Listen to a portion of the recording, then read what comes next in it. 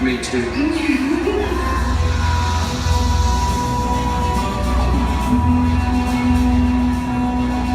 Well, are you going to stay with me? Forever.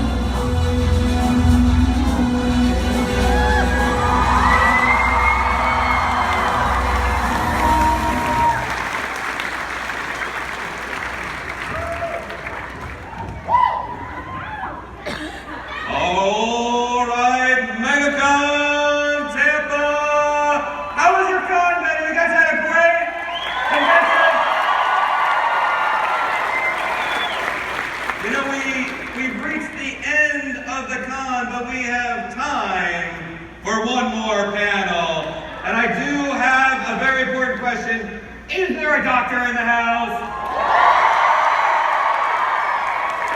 Now, if you guys, when I bring them out, so the ritual, the kind of tradition of all of this, is that you have to throw up those sonic screwdrivers if you got them. So fire them up, get them ready, make a lot of noise. And there's also microphones here, here, and here for you to ask questions. And I would say keep it to one question per person so we get through as many as possible. So without further ado, all you Time Lords and Time Ladies out there, you of course know her as the Bad Wolf, Rose Tyler from Doctor Who. Give it up for Billie!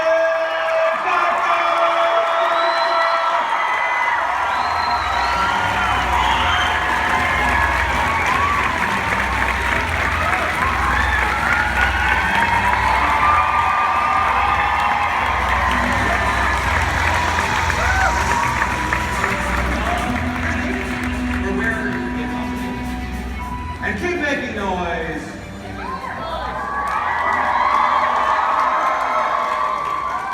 He is the 10th Doctor. He is right backstage, in fact. Give it up for number 10, the Doctor, the Time Lord, Mr. David Tennant!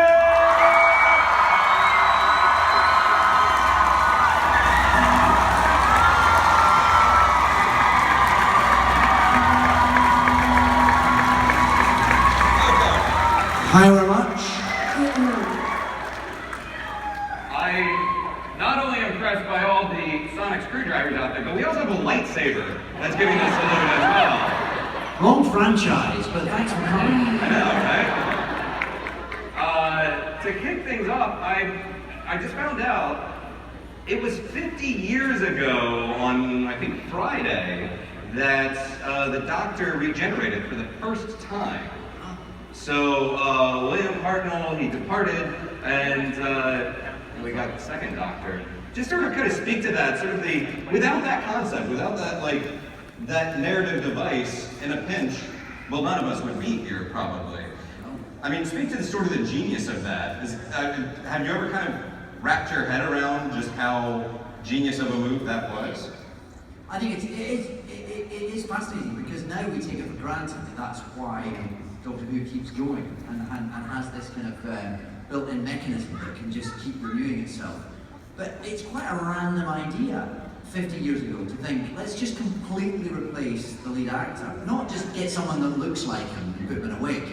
Completely kind of reboot the whole thing, which for the 60s, for television at all, was quite a bold concept. But thank goodness they came up with it, because that's why we're here.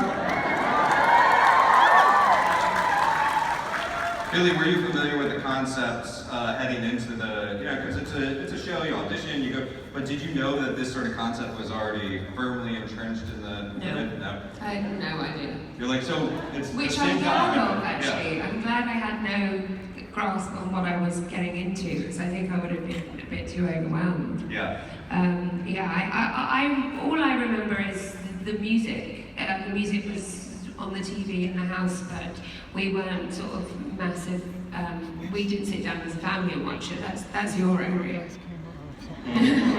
We didn't sit down as a family. I just sat down on my own. Yeah. But it is amazing. It's an amazing fact that. Well, I mean, speaking of massive fans, we were all massive fans of the show, but I happened to be talking to Graham McTavish last night. We were chatting about things, and Graham said that quite a few years ago he worked on a stage play, A Long Day's Journey into Night, Eugene O'Neill, with you, David. Yes, you did. Did you do that? I did, at Dundee Rep. Wow. In 1904. So the story is, apparently you had a reputation on the production for being Steady. Being a bit nerdy, especially because there was a relative of someone quite famous. Louise Jameson's niece was on our stage management team. Yeah. Oh God. Leela. Yeah. Let's move on. Oh dear. No, she was. Yeah. Very lovely girl, Abigail. Graham said that they teased you quite a bit about being such a super uber Doctor Who nerd in that production. I don't think that's nerdy, just to... I mean, maybe, I suppose. I don't remember. Well, hear it from Graham then, it's a different story. But let's go ahead and throw it to a question over here. Hi there. Hi again. Hello. That was lovely. That was like the voice of Siri, the way you did that. Hello, Siri. Hello, Siri. So my question and comment is for David. And I wanted to say that I would think most of us here in the audience would expect or hope that you share more personality traits with number 10 than you do Zebediah Kilgrave. God, I hope so. But I was wondering if you recognize the delicious irony in the fact that you had successfully hypnotized millions of us over the years into adoring you as number 10, and then with the flip of a switch, you proceeded to scar us for life as the Purple Man. So I was wondering if there was more Zebediah Kilgrave inside the real David Tennant than meets the eye. Oh my God.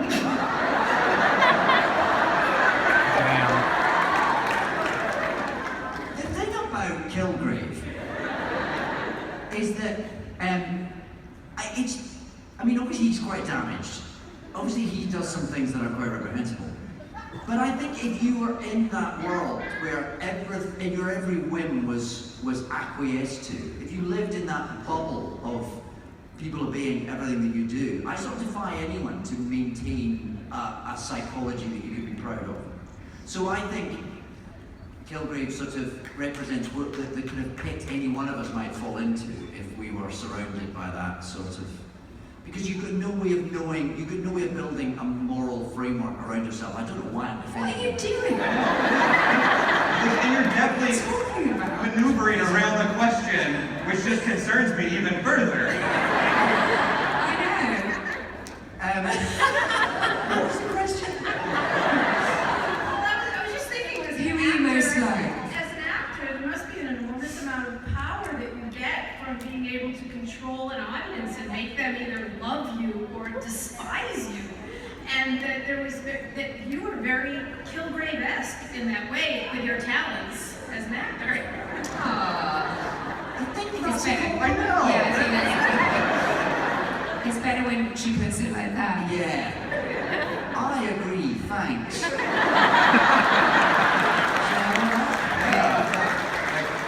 Well done on being so believably sadistic and cruel, and are you like that in real life? Yeah. Okay. Thanks so Yeah.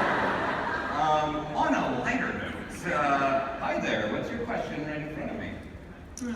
Okay, my question is, which Shakespeare war did you like better, Hamlet or Much Ado About Nothing? Spot on question. That's great. Billie?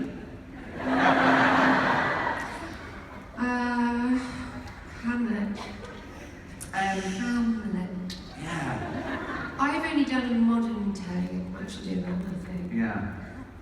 You've done the whole 9 years. back catalogue. You've done the whole very back catalogue. B-sides. Yeah. I think Hamlet is probably ultimately the one that sort of goes to more interesting places and sort of does things to your soul. But Much Ado About So Nothing, fun, Much Ado. It's been- Much Ado About Nothing is a much easier one to do 8 times a week because it's really funny. Yeah, it's fun. So both. Do you have a favorite? Much Ado About Nothing. Very good. Yeah. Very good. Thank you for such a good question. No pressure, but that question was really cute, so... Yeah. Cute and smart. Cute and smart, so yeah, no pressure. Go. Well, mine is a comment, Oh.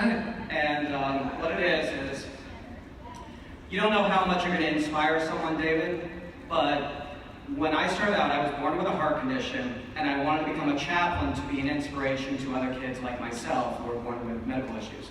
Well, a friend turned me on to Dr. Who, and I got inspired by your doctor. So when I started my residency at Memorial Children's Hospital, I made sure I always wear red Converse trainers, so that I would always bring the hope of the doctor to every patient I see.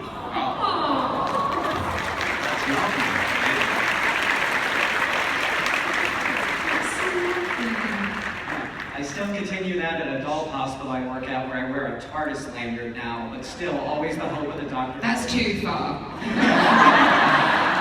that's one too far. Thank you very much. Thank you. Thank you. Hi.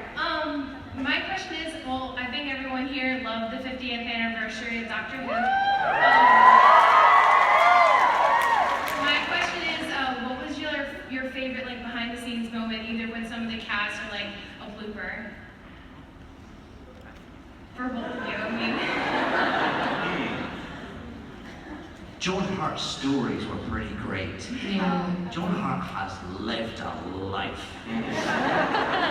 Man, he's been in places and seen some things Have you that met? a woman ain't supposed to see. He's been to paradise, but he's never been to me.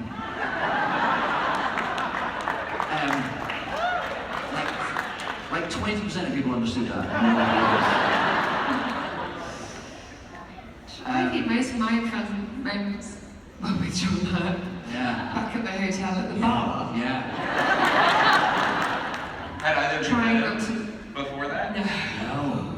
No. But it was pretty. Oh, it was great. Yeah. I mean, he hung out with the Beatles, he hung out with Eric Clapton, He's just an absolute legend, isn't he? Yeah. And lovely with it. He was great. What? A bit mystified by what he got himself into. Oh, was he?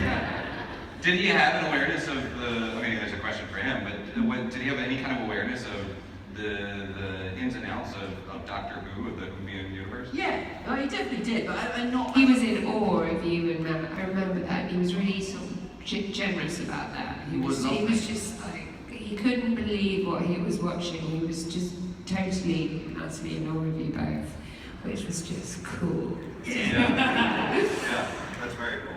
Thank you so much. I love you guys. Thank Oh, you. my darling. Hello there. Hi there. Oh, pardon me. I have a potentially silly question. Okay. My friend who isn't able to be here today. First of all, I want to tell you all, I'm so grateful for you giving your time and your effort and all of the love that you share with the fans here of us and your talents. Thank you. That was our pleasure. You're both very incredible. Thank you. And my silly question is for David, for my friend Cheryl, who's not able to hear today. She wants to know, did Georgia burn the plaid suit? Do you know what I'm talking about? What? Apparently, you wore a completely plaid suit in black and white. And When? In the show or in real life? in life, and you know, Why would she burn it? I don't know. That's That the was story. her question, David. You know. It's just question mark over them. Or asked another, do you still have it? What plaid suit are we talking about? I don't know A, what suit we're talking about, or B, why my wife would have burnt it. I'm talking What was your favorite board game as a kid? Oh, there you go. Yeah, that's better. What's your favourite board game? Yeah, Billie. Oh, mine. Not Monopoly. No, not Monopoly. Monopoly always starts well. Oh, it just goes on and on and on. People get really ruthless. It brings out the worst in everyone. What was yours? I didn't hear. What your board game? What's your favourite board Favourite board game? I liked Kaplunk. Do you remember Haunted House? Yes. With a little ball that you dropped Yep. down the middle and it came out one of 4 ways and knocked the counters over? Again, just me. We called it. Mousetrap was good. Mousetrap was really good. Yeah. Haunted house was called Witch in the States. It was? Yeah, so Okay. we had a different haunted house. Okay. So, yeah, but Witch. Good choice though. Sure. Thank you, Susan. Thank you. Yeah. Sorry about the suit question, I'm mystified. It seems like the kind of thing you'd remember owning and being murdered. Plant is like tartan, right? Yeah. Yeah, it's like the lumberjack vibe, right? Yeah. No? Yeah, well, yeah. I mean, it's a lovely pattern. It's just, you would think you'd remember a suit. Especially a monochrome. Apparently made my wife really angry. Right. Hey, hi there, how are you? I'm good. Hi. I was wondering for the both of you, thank you. You're both really popular, but with popular you probably get a lot, or at least a little bit of hate from people. So, as someone who cares very deeply about what other people think, how do you react? How do you deal with that? Okay. Great question. That's a It's good question. really vulnerable and lovely. Yeah. How do you deal with haters? By trying to ignore it. By never buying the Daily Mail.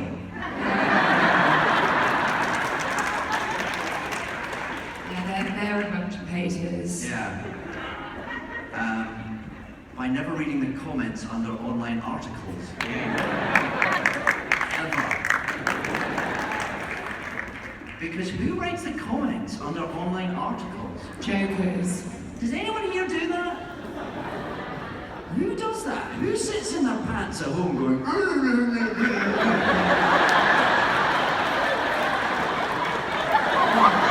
This was worth everything.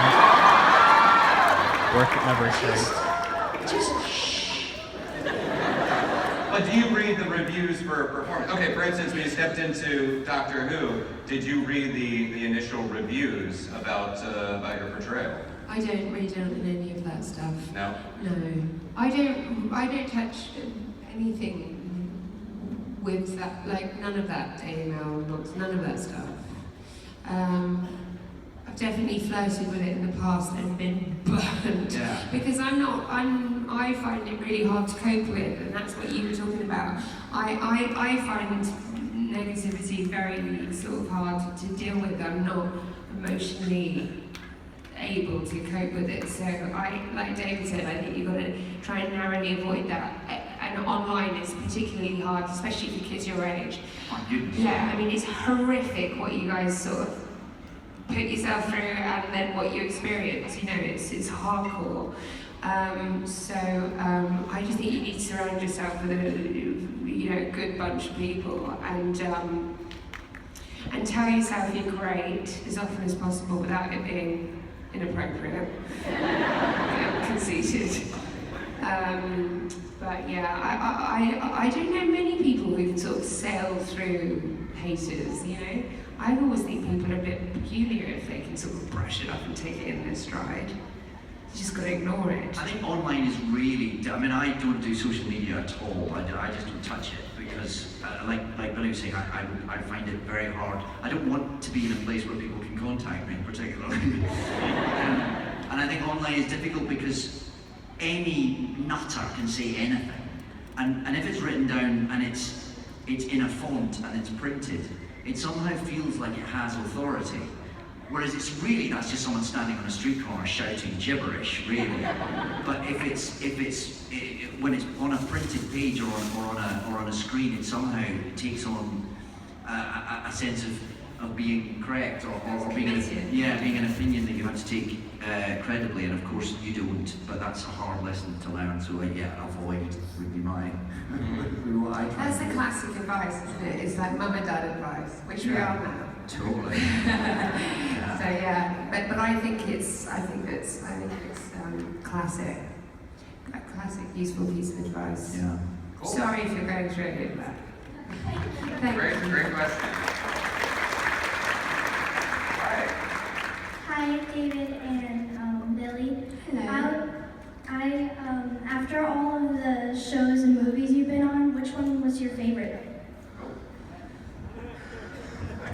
Well, that's a dangerous question. Yeah. Tread carefully. I find favourites really hard because I think every single job you do, and that's the beauty of what we do for a living, is it's so varied, and you're meeting a new bunch of people every single time, and the material is always different, thank God, and so it's so hard to pull out a favourite. I'm very fond of the Who days because it felt, well, it was the beginning of my acting career basically, so that has a very special place sentimentally, and I met some really great people through that. But then, I've had a laugh on pretty much every job I've done. How about you? Yeah, a favourite is usually what you're doing at the time, Yeah. Unless you're having a bad experience, and I've been very lucky to have very few bad experiences, I think. A couple, but mostly I've had a good time. So you try and sort of live in the moment, I think. Like Billie says, Doctor Who will always have a fond, special, be full of fond memories because it lives with us. It's, And it carries on. Yeah, I'm not flying around the world to do duck patrol conventions. It sort of remains part of your life in a way that most jobs don't. But I think we've probably both been very lucky to have had nice experiences and to continue to have nice experiences. Yeah. Yeah. Thank you.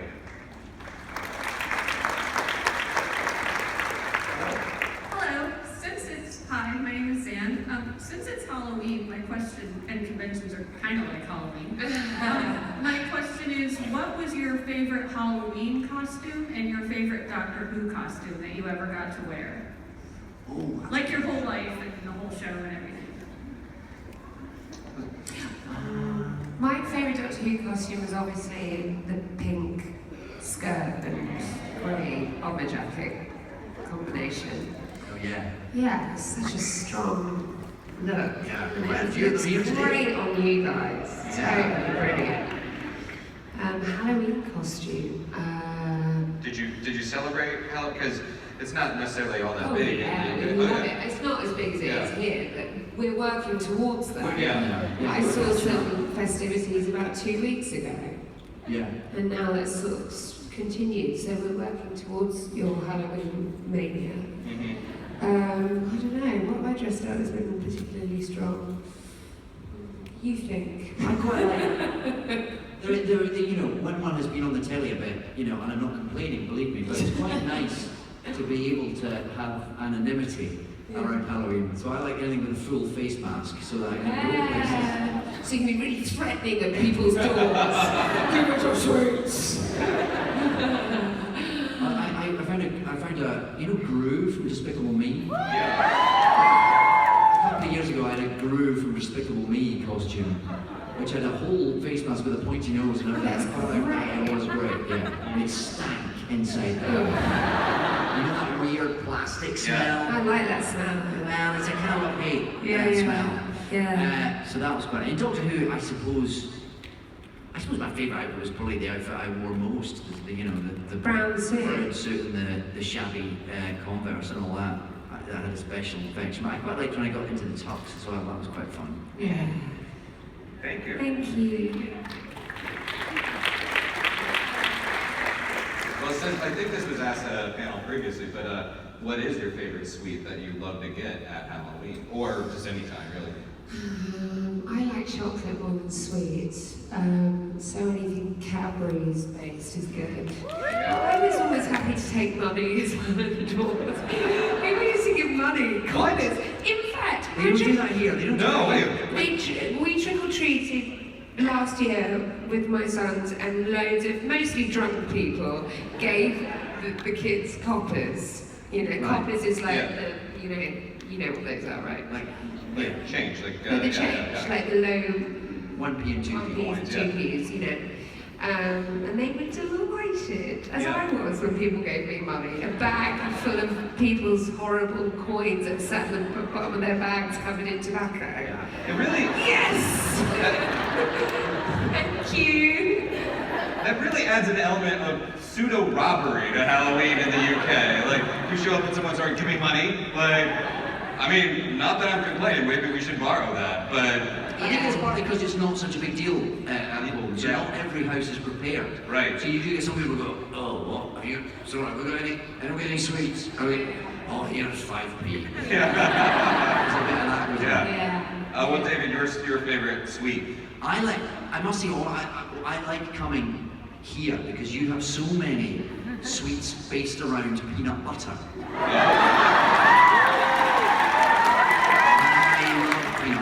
We've been slow off the mark back home to use peanut butter as a main ingredient for our confectionery. Reese's have only just shown up in the last few years back home. But I love... You like Reese's Pieces? Yeah, I love them. They taste of cheese. That's Reese's Cheesy Pieces. That's really hard to say. Reese's Cheesy Pieces. So I felt like coming over here and sampling the ones that you don't get, like Butterfingers. We don't get Butterfingers. I love them. Oh. Was it a Babe Ruth? Is that right? Babe Ruth, I love that. Love that. And peanut butter M&Ms. We don't have them at all. Oh, I've got to get a bag of those at the airport. Yeah. Well, now I want candy. Me too. Please cook M&Ms. Okay. Hi there. Hi. My little son found and fell in love with a show called Tree to Tom. Yes. Yeah, he loves it, and the argument became, is that really David Tennant between me and my wife? And when we were looking at it, we noticed how much you actually do voice acting. Do you enjoy voice acting? And Billie, do you do voice acting? Yeah, I do. I don't do as much as you. I'd like to do as much as you. I really like it. Yeah, it's great. You don't have to learn any lines. That's lovely. So great. That's learn lines to turn up looking like, you know. You do it, although increasingly when you do things like that, there's somebody now doing a behind-the-scenes shoot. Or, I tell you what, we're just going to film you today because the animators like to see your face. You're like, oh great, I didn't comb my hair. Where's that going? That'll be on YouTube by the end of the day. The thing is, it's an interesting debate whether it's been on Tree Food Tom. It depends what season you're watching. Because I couldn't do it after season 1. So it's not always me. We only got to see season 1. It That's never... fine. Just What is this? It goes downhill quite quickly.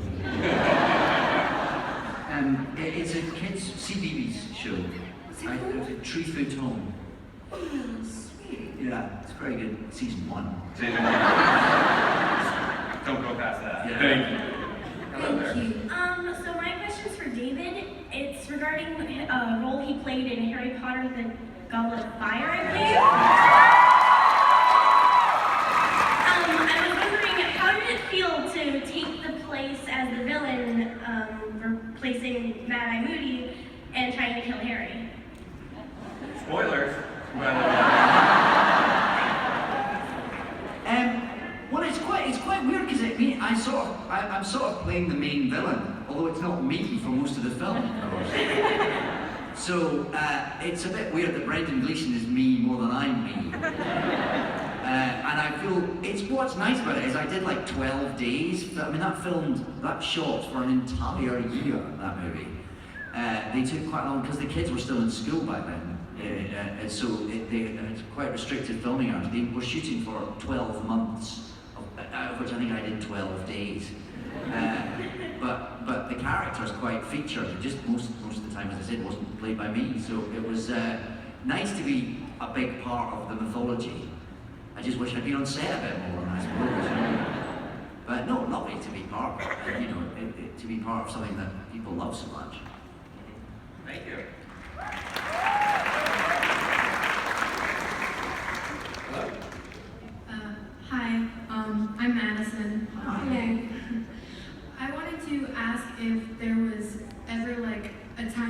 life where you kind of felt like you were the outcast or you got left out? And also, if you ever have those times now, even though by all of our standards you guys have kind of made it, do you ever kind of feel like you haven't? All the time. Yeah.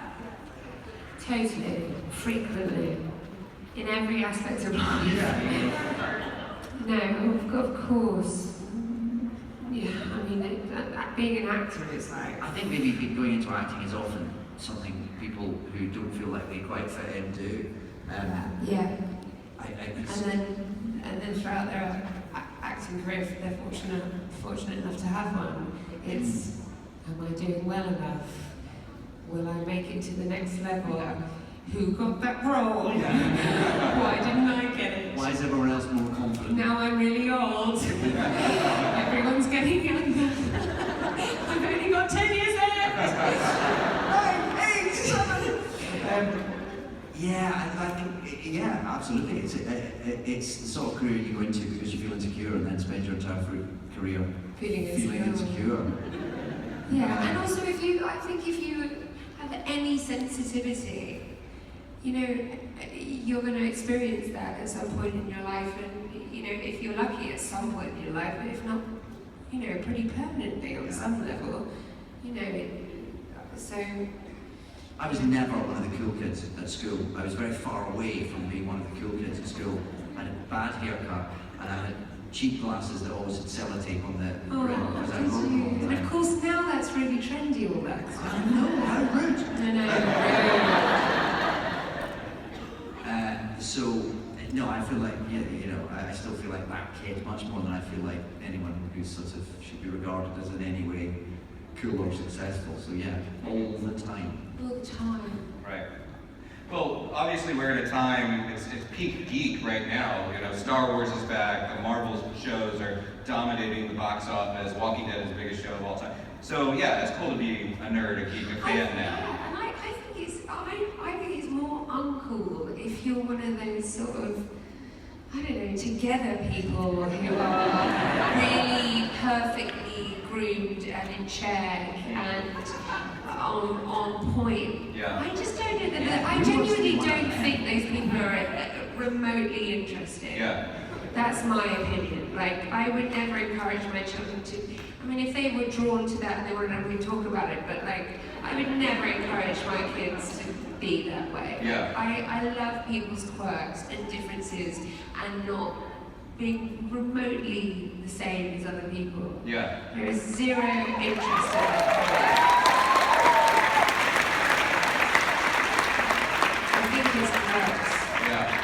Well, okay, but so 10 years ago when you were But then I entering the haven't show. grown up, and I've managed to kind of move through that, but Yeah. trying to appeal to everyone, but there's nothing in that. Well, when you joined the show, it was still before this new wave of nerd is popular, as before that really hit. So were there people that were sort of advising you, like, Doctor Who, you don't want to go, you know, it was before sci-fi genre was really respected in the way it is now. Was anyone saying, like, don't do Doctor Who, like, it's not a good one? Yeah, I remember one of my agents saw the first rushes of Series 1 from episode 1 and was like, this is going to be a disaster. It's like, thanks. Great. And it was nothing like that. You know. Did people warn you off? Yeah, they did actually. Even by then, well, the show still hadn't come out really, I suppose, when I was looking at coming into it, but people were nervous of it, definitely. People who've actually since come up to me and gone, can't believe I told you not to do that. So there was a bit of that, definitely. And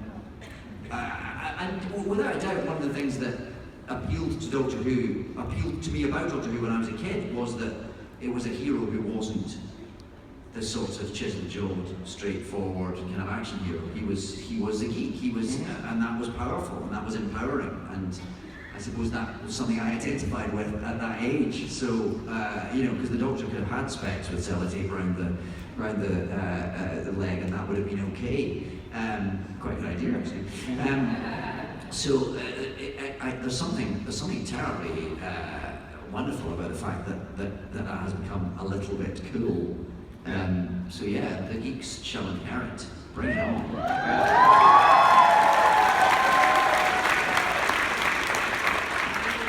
Hi there. Hi.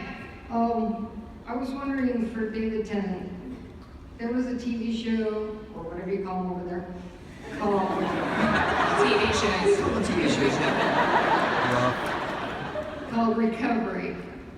Oh yes. And I ended up having to piece that together out of 15 different separate YouTube clips to make one video out of it because something about a copyright.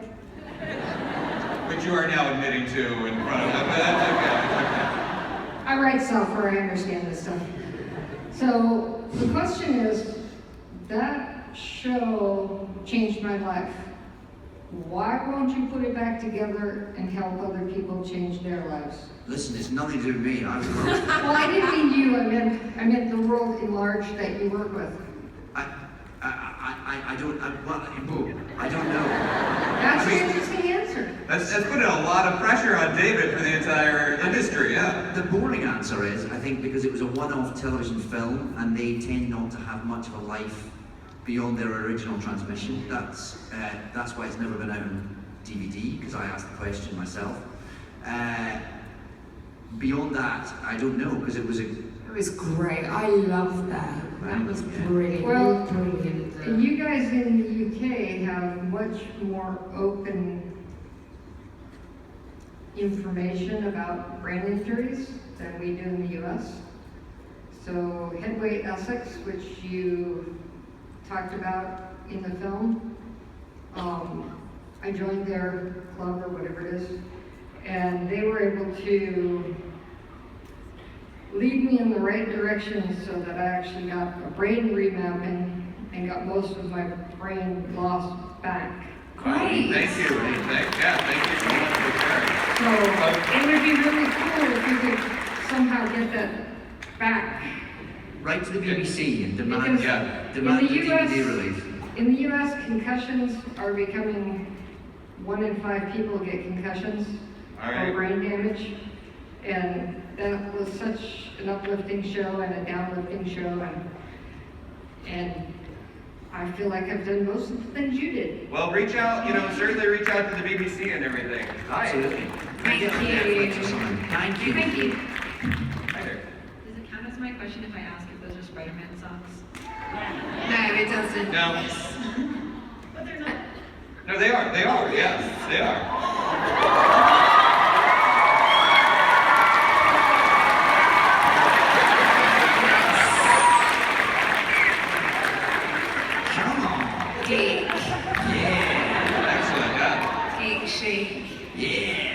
I feel like somewhere Dan Slott, his spider sense was tingling, like out there in the room. Yeah, might have a sellotape on my glasses. Who's laughing now? Probably still the cool kids. So that didn't count as your question. What is your question? Yeah. So my actual question, and I'm going to cheat and say, I was actually working outside where you're doing autographs this morning. And I don't know if people get rushed out, really fast if they'll keep the line moving. The looks on people's faces when they walked out of having just interacted with you, they were like, it looked like the way kids at the mall look when they meet Santa Claus. I think in a weird way, they looked so happy. My eyes were watering just remembering their faces. They were so happy and crying or just beaming or grinning and couldn't talk and just were. So I just wanted you both to know the effect you have on people's lives and how absolutely happy you make them, because yeah, you should know that.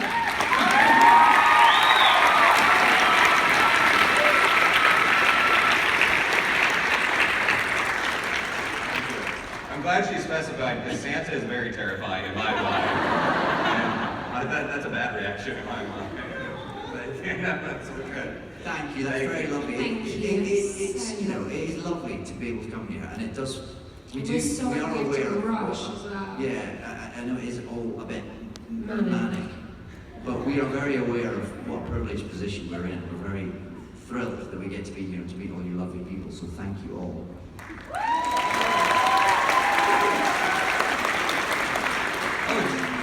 Time Lord with a lightsaber. Hi there, how are you? Hi, I'm Angela. How you doing? Hi, Angela. I just want to say, David, thank you for sharing that you were kind of the geeky kids, or geeky kind of kid, because I was too, and that's kind of very true. You're really awesome now. Sorry. But actually, I'm carrying a lightsaber because based on the picture that we took earlier, I really think that they need to put you in the live-action Star Wars.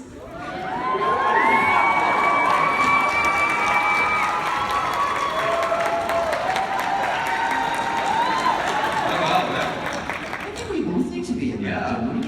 Obviously. Yeah. Okay. What would be even better would be if the Doctor and Rose turned up in one, wouldn't it?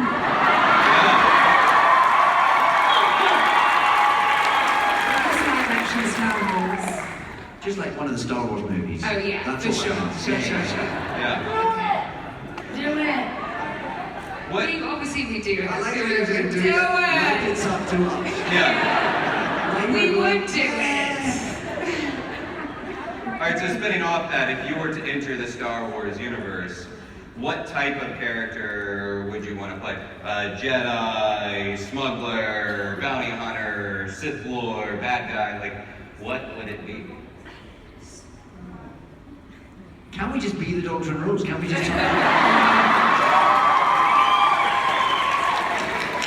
allow that, yeah, why not? Yeah, cool. Hi, I'm David and Billie. Hello. My name is Mary Lee. I just wanted to say thank you to both of you because I just watched Doctor Who for the first time last night and it made me so happy. But the reason I watched it was because I was depressed and you guys made me like so inspired to come up here and tell you that. Thank you. But my question was, what was it like for David to work next to the amazing Billie Pepper? And what was it like for Billie to work with the incredible David Tennant? And iconic for both of you.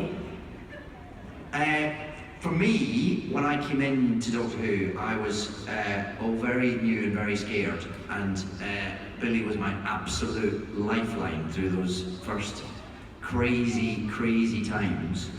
And if I hadn't got to stand next to Billie in most of the shots, I think I would have been at sea. So for me, it was a rare and wonderful thing that I am forever grateful for.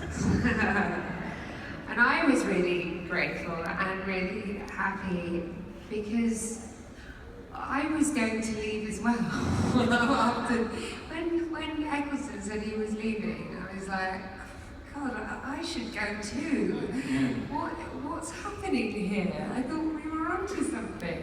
And then, as I've said so frequently, I met David, and that sort of changed everything. So I was thrilled and excited, and also really on an emotional level, and then also just buzzing to work with you as an actor. So. Is that gross? No, it's lovely. Is it disgusting? And the nice thing is you just started watching, you have like a lot of episodes that you can see for the first time, which is pretty great. That's huge. Yeah. And you're here. Yeah. That's the bit that's a bit weird. But we're thrilled to have you back. Yes, Yeah, welcome to this mess. Hello there. Hello. So my question was, looking back, knowing now how big the Doctor and Rose have become and how important they are in everyone's hearts, would you have changed anything while you guys were on Doctor Who? Ooh. Would we have changed anything? No, I wouldn't have changed a thing. Is that a song lyric? I think it is. Probably. Yeah. I wouldn't have changed anything. No, I Maybe. think I could have done.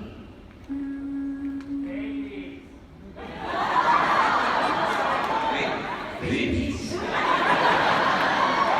Actually, I somehow altered the Rose and 10-2 thing. I was like, what? Was she copped off with a copy? Just a copy. Yeah. Yeah. But it's better than being alone, but is it? I suppose it depends how good a copy he was, doesn't it?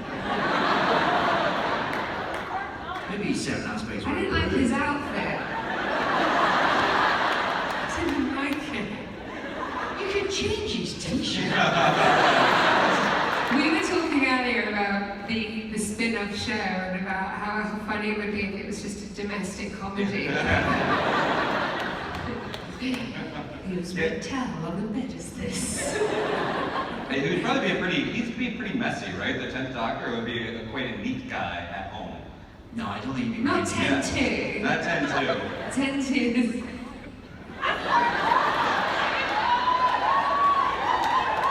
10-2 is stupid. 10-2 just knows what's going on. He's a better man. I don't know. I'm joking. Do you make it 10-2? I thought he was very handsome. I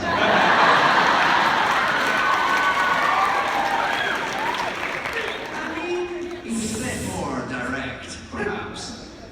A little brusquer. Very alpha. Very alpha. He was a bit more alpha. He wasn't as, fey as 10-1. No. I like that.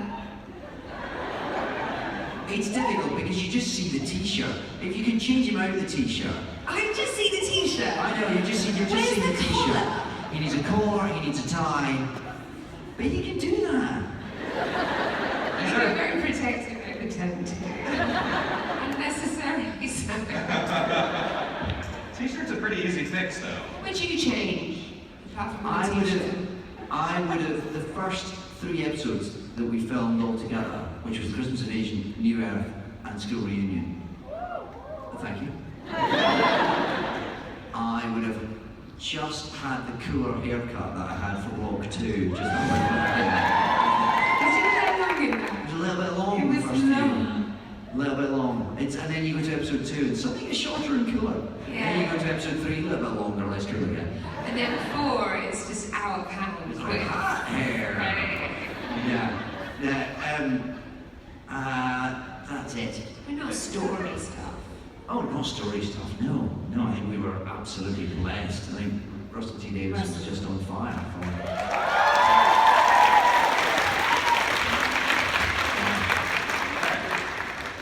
Hi, what's your question? Hello, I'm Kayla, and I just wanted to ask, freeze you up. Okay. So, we were talking to you earlier today. Yeah. In the photos, I remember. Your dad almost had the picture. Is that right? That happened? I don't know, maybe not. Oh, God.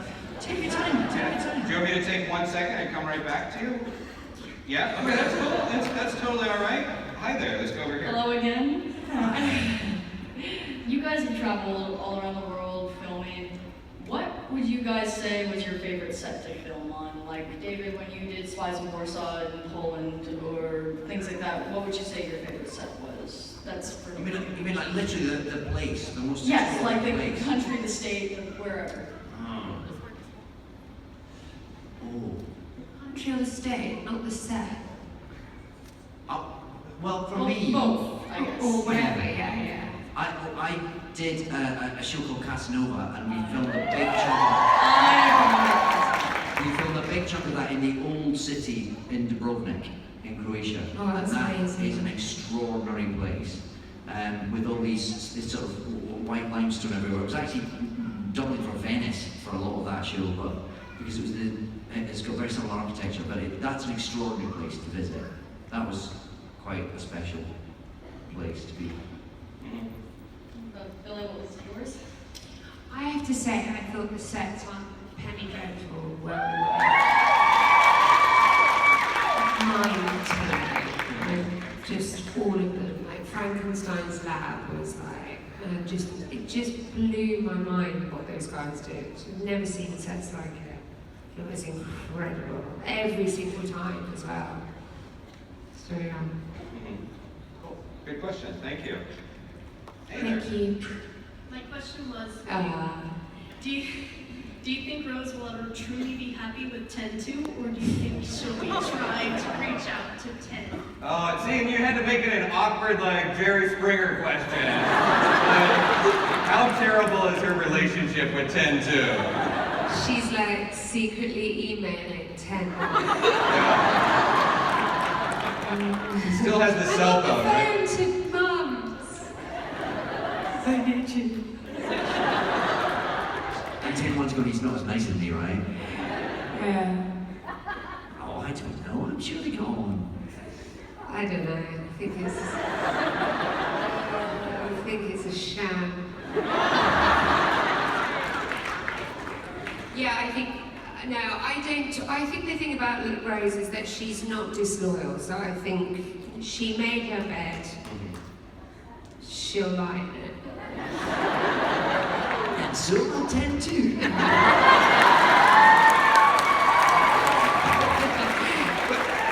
I mean, since they're now stuck together and there's no more adventuring and time travel. This thing with Bill. I know. There's gonna be like fan fiction about this now.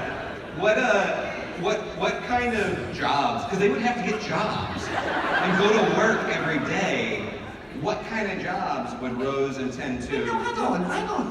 But the doctor threw him a bit of TARDIS so they could grow their own TARDIS. That was the thing, wasn't it? Oh, okay. Yeah, they're still doing like sci-fi stuff. They're still traipsing around writing But books, I just in like another it. dimension. Yeah, but it is nice if they, you know, I don't know, if they have to do some normal stuff as well. It's just better for the story. Yeah. Pay the bills. Like, yeah, Rose runs her own chip shop. Why didn't you get me soy milk? I asked for soy milk. That stuff gives me a reaction. Maybe. I love you both in Doctor Who. You're my favorite characters on there. But my question actually is for David about my absolute favorite movie, The Decoy Bride. We've seen you so many times doing roles with the English accent, and you have such a lovely Scottish accent. Was it hard to, when everybody else was speaking with a Scottish accent, actually maintain the English accent? I don't think so. I can't remember now. The Decoy Bride is amazing. Back home, I don't think anyone has seen it in Great Britain. It got a release for, I think, 2 days in the cinema. I come here and everyone seems to have a copy of it. Everyone seems to see it. Maybe it's just the people who come to these conventions, but it seems to be massively popular. I'm about to work with Sally Phillips again. I'm going to tell her she'll be thrilled. It's on Netflix. There you go. That makes more sense. I'm delighted that it's getting such a wide audience here. I've done an English accent a lot, so I kind of slough in and out of it relatively easily these days, I think. Do it! But yeah, Kelly MacDonald has such a great Scottish accent. It's quite hard to not be slightly tempted over to talk like her, but it was okay, I think. I can't remember now. Alright. Well, we have only 5 minutes left, unfortunately, so that's only time for 2, 3 if we keep it very short questions, okay? So no pressure, but go. My name's Wendy, and you guys are amazing. Okay, so you were in our Marvel TV show. If you guys could be in the DC TV show movies and the DC characters or villains, what would you be? I don't understand. If you were Marvel Comics and DC Comics, which I remember Marvel. I know Marvel. What's DC Comics? DC is like Batman, Superman. Oh, sorry. Sorry. You might not get the answer you're looking for here. So hang on. So DC Comics is Batman, Superman, Wonder Woman, Aquaman. Oh, I definitely Green Lantern. do DC. You definitely do DC over Marvel. Yeah.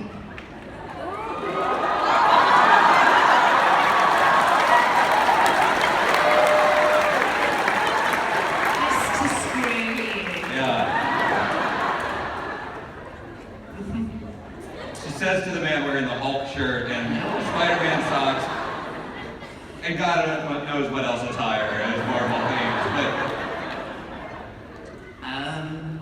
Well. There we are. Yeah, I think that's. Sorry. All right, hi there. If you could be any of the aliens in Doctor Who, what would you pick? Oh, cool. Wow.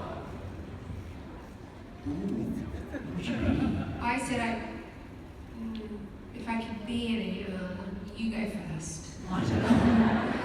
Okay. Cassandra had a pretty good time, didn't she? Until she didn't. That's the thing, it always ends badly It for always us. It's ends quite hard to badly. know. Feud. We had a massive love-in about the Feud. I mean, they're sweet, but I wouldn't want to be one. Right, because they're so passive. You're a little bit mimsy. Yeah. Really. They're so cute. I know they are. And weird. We're like, it's we love. I like the Empress of the Arachnos. Although very impractical. Okay. Hi. This one is for Billie. Yes. It doesn't matter if you act with him, with them or not, but who would be your favorite doctor?